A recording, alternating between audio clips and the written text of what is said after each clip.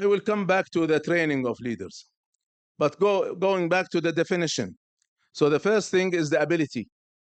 So either you have it in you, and that will make it easier for us to train you, or you don't have it in you. And in that case, in general, we can also train you. Of course, those who have it in them naturally are easier to train. So that is the difference. Okay, so let us continue with the 4 aspects of leadership. Yalla. Second aspect. Again, what is the definition of leadership? It's the ability to move your followers towards goals. So the second aspect is goals. All leaders have goals. Again, there is no leader who doesn't have a goal. All leaders have goals. Now, questions to you. Is it necessary that these goals are good? Come on, is it good? What is the most case? Their goals are good or bad? Most leaders in the world, not in the Muslim world, in the world, their intentions is good. No.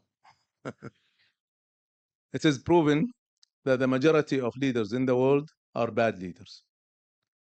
Who are bad leaders? You are a bad leader if you are one of the 3 kinds of bad leadership. The first one is that your goals are bad.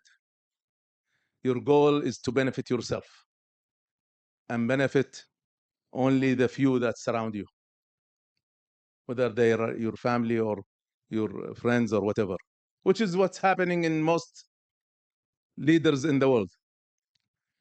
The second kind of leaders that are bad leaders is if your ethics are bad, if your values and ethics are bad. Clear example of that is Steve Jobs. Steve Jobs was a very strong leader. He changed the world. You all now are affected by his work. He changed the world. But he was a very bad leader. He was so bad to his employees. He was so bad to his family. He has a mistress and a daughter from that mistress, but he didn't marry her. And she was the mother of his daughter. And she was so poor that she needed help. And this is for your daughter. And he refused to give it. He refused to help and help his own daughter, until she took him to court. And they did the genetics testing, and they proved that she is his daughter. So he started paying the minimum. So it's clearly bad ethics. Yes, he's a leader, but he's a bad leader because he has bad ethics. The third kind of bad leaders, unfortunately, are found even in Islamic movements. Who are they? These are people with good intentions, and they have good behavior, good ethics, but they are weak leaders. They don't know how to manage. They don't know how to lead. Brothers and sisters, I've been in touch with the leaders of the Islamic movement all over the world. Unfortunately, I can say easily that 50% or more are of this kind. They're qualified to lead. See, the problem is that people don't understand how the modern Islamic movement, how does it change? How does it move? I'll give you a short introduction to this. All Islamic movements, except fanatics, they start with tarbiyah, and they focus on tarbiyah, and they focus on religious studies and respect for the scholars, which is very good. With time, they grow in numbers, and they started start to think about going into politics. But the same leaders continue to lead. But they know nothing about politics. They know nothing about politics. But they insist to lead. And that is why we have so many problems when we go to the second stage, because they are bad leaders. And we have all the respect for them as our shuyukh, as our uh, founders, our scholars, but it is not your time. So I give you a story from the Sirah. Ammar ibn Yasir, you all know Ammar, was one of the best companions and very gentle and very pious. So when the difference happened between Ali and Muawiyah, Ali sent a delegation from Medina to Kufa.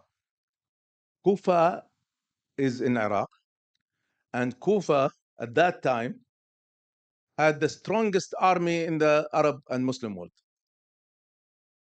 So it is very important to get that army with Ali. And that, by the way, that is the reason why Ali left Medina and made Kufa his capital later on. But before he did that, he sent this delegation.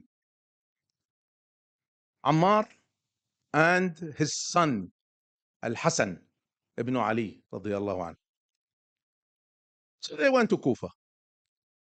And the Muslim world was in turbulence. So they went to the biggest masjid in Kufa, where people gathered for Jum'ah. So after Jum'ah, Ammar stood up and he started to give a lecture that we are divided, we should be united, and if you don't support Ali, then it's okay if you stay at your home and don't get into this. Come on, you're trying to mobilize them to you, and that is what you say. So Al-Hasan ibn Ali stood up. Now Al-Hasan ibn Ali was about 30 years old. Ammar was 90.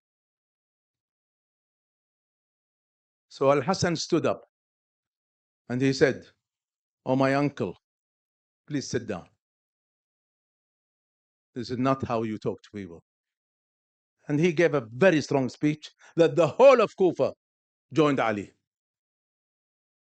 So again, nobody would question the quality of Ammar, but he's not a political leader. And this is a political situation. So that is what is bad leadership. So what are bad leadership? Three things: bad goals, bad ethics, or weak leaders.